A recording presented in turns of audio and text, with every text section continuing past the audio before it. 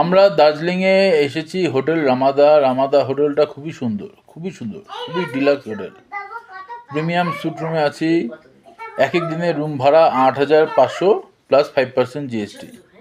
সব ভালো, কিন্তু এর ফুড ফুডের রেট এখানে 1 প্লেট ভাত 250 টাকা, 1 প্লেট ডাল 500 টাকা, 1 বাটি মাংস, মানে 4 টুকরা থাকে মাংস, মাংসের সাইজ অবশ্য বড় আছে, দুজন খেতে পারবে, 600 টাকা।